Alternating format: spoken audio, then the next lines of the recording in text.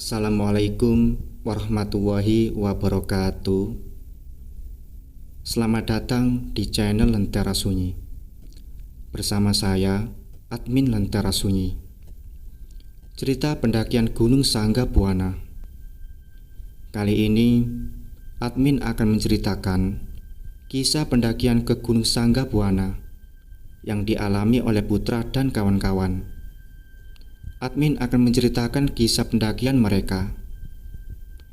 Daripada lama-lama, langsung saja kita simak ceritanya. Putra, nama disamarkan.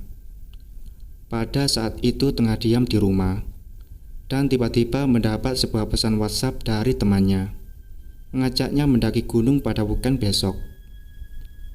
Putra tidak langsung mengiyakan ajakan temannya tersebut.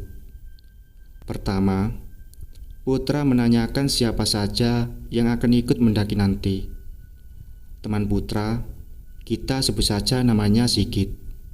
Dia menjawab, "Aku, Ari, sama Chandra yang bakal berangkat.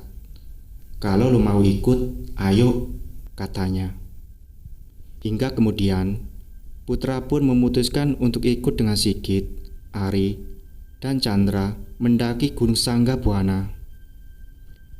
Di hari Jumat, mereka bertemu untuk persiapan hari pertama sebelum pendakian. Putra memang sudah sering mendengar bahwa Gunung Sangga Buana bukanlah gunung seperti pada umumnya, yang biasa dipakai para pendaki untuk tempat rekreasi. Tapi, di Sangga Buana banyak sekali tempat patilasan yang sering dikunjungi oleh banyak orang yang percaya akan keangkerannya. "Tujuan kita ke sana untuk mendaki, bukan untuk hal lain," ucap Sigit. Tepat di hari Sabtu, mereka pun berangkat menuju lokasi Gunung Sangga Buana. Di perjalanan, mereka mengalami tanda yang sudah menjadi firasat bahwa mereka seperti seolah tidak boleh pergi ke tempat tersebut. Setelah sejenak beristirahat, mereka pun memutuskan untuk mulai pendakian.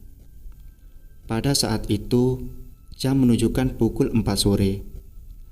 Mereka pun memulai pendakian, hingga pada akhirnya sampailah mereka di sebuah masjid yang terletak tidak jauh dari pos 1. Di masjid, mereka bertemu dengan seorang kakek, dan kemudian kakek itu pun berkata, "Nanti, jika kalian sudah sampai atas, kalian akan bertemu dengan Pak Seno." Nama disamarkan. "Kalau kalian bertemu dengan beliau, bilang saja kalian itu jamaah dari sini," katanya. Putra sudah mulai curiga. "Lah kan, kita tujuan ke sini untuk mendaki, kok jadi jamaah sih?" batinnya. Di sana, perasaan Putra memang sudah tak menentu. Apalagi setelah ia melihat sebuah pemakaman yang semua nisannya tersebut ditutupi oleh kain putih. Setelah bersantai sejenak dan sholat maghrib, mereka pun melanjutkan pendakian. Pos 2 yang dalam bayangan mereka hanya akan memakan waktu 1 jam, ternyata justru lebih lama dan sangat di luar dugaan. Mereka yang awalnya mendaki dengan rombongan para pendaki lain, akhirnya harus tertinggal jauh. Sekarang hanya tersisa mereka berempat. Hingga kemudian, pada pukul 9 malam, barulah mereka tiba di pos 2. Sigit dengan napas yang terengah-engah sudah merasa tidak sanggup melanjutkan perjalanan. Di sana mereka memutuskan untuk beristirahat. "Ya sudah, rehat dulu aja, sambil putar musik," ucap Putra. Karena melihat keadaan Sigit yang mulai lelah, akhirnya ada salah satu yang inisiatif untuk menukar barang bawaan Sigit yang lumayan berat dengan yang ringan.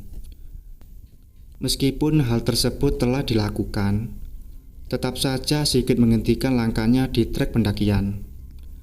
Napasnya terengah-engah. Ia mengusap lagi keringat yang mengucur di dahinya. "Udahlah, kita buka tenda di sini aja," kata salah satu dari mereka. Tapi gairah akan menggapai puncak masih ada di benak mereka. Dan pada akhirnya mereka pun melanjutkan perjalanan menuju puncak. Tapi semakin lama mereka berjalan, trek semakin menanjak dan terus menanjak. Mereka belum kunjung sampai dengan puncak Sangga Buana. Jam menunjukkan pukul 11 malam. Setelah berdiskusi sejenak, akhirnya mereka pun memutuskan untuk buka tenda di sana. Ya, persis di tengah-tengah trek pendakian. Putra pun berpikir, kalau ada pendaki lain lewat sini, mereka nggak akan bisa, karena terhadang tenda kami. Setelah tenda berhasil didirikan, kemudian Ari mengeluarkan kompor dan memasak. Malam itu seusai masak, mereka pun belum bisa tidur dan memutuskan untuk sejenak meneguk kopi. Setelah itu, mereka mencoba untuk tidur. Saat baru saja mereka mencoba untuk tidur, tiba-tiba terdengar suara langkah dari depan luar tenda. Lalu setelah suara langkah tersebut berhenti, disusul suara orang mengobrol.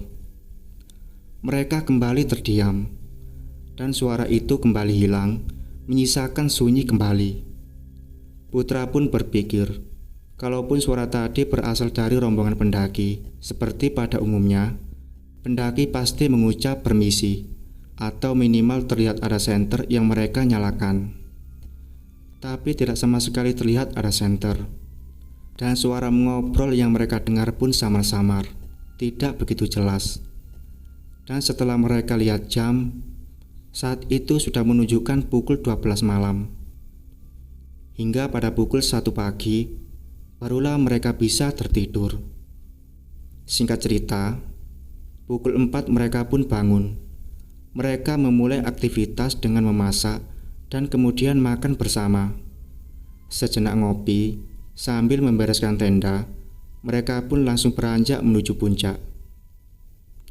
Di puncak Sangga Buana, ternyata lebih banyak terdapat patilasan. Hal yang Putra anehkan adalah ketika Sigit membawa rokok yang menyala ke sebuah petilasan besar dan menyimpannya di sana. Putra pun bertanya, "Kamu sedang apa?" "Bukan urusan kamu," jawab Sigit. Putra pun mengerti tanpa perlu berpikir yang aneh perihal sikap Sigit tersebut. Saat telah di puncak, Putra melihat-lihat makam atau patilasan tersebut. Hal yang aneh tertuju pada satu makam yang bertuliskan nama. Ya, di sana memang makam atau petilasan tersebut tidak memiliki nama, kecuali makam satu ini. Karena rasa penasarannya begitu tinggi, Putra pun bertanya kepada Sigit yang memang mengajak dirinya mendaki ke Sangga Buana. Barangkali Sigit tahu perihal ini. Sigit pun menjawab, "Jadi, dulu ada pendaki yang pasang tenda di puncak. Katanya dia memasak di dalam tenda. Terus ada yang memperingatkannya, kalau masak jangan di dalam tenda, nanti kebakaran."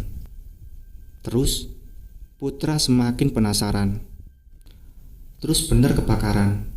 Kompornya meledak, dia kebakar di sana. Banyak orang yang bilang juga kalau orang yang memperingati dia itu bukan orang, alias penunggu di sini, sambung Sigit. Putra pun menyesal telah bertanya hal tersebut. Singkat cerita, akhirnya mereka pun memutuskan untuk turun.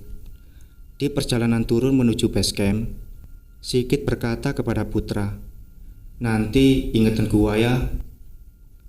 Ternyata hal yang Sigit katakan adalah perihal bambu kuning yang sudah menjadi incarannya. Putra ingin kesal, namun tidak jadi. Mereka semua adalah teman-temannya. Sedari awal memang niat Sigit tidak baik.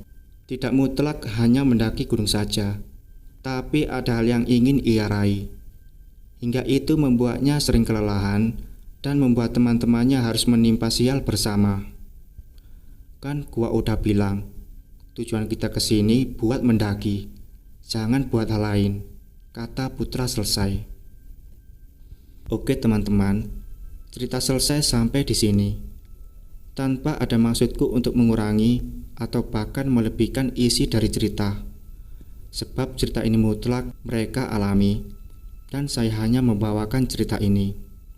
Semoga kita semua bisa mengambil pesan dan manfaat dari kisah mereka.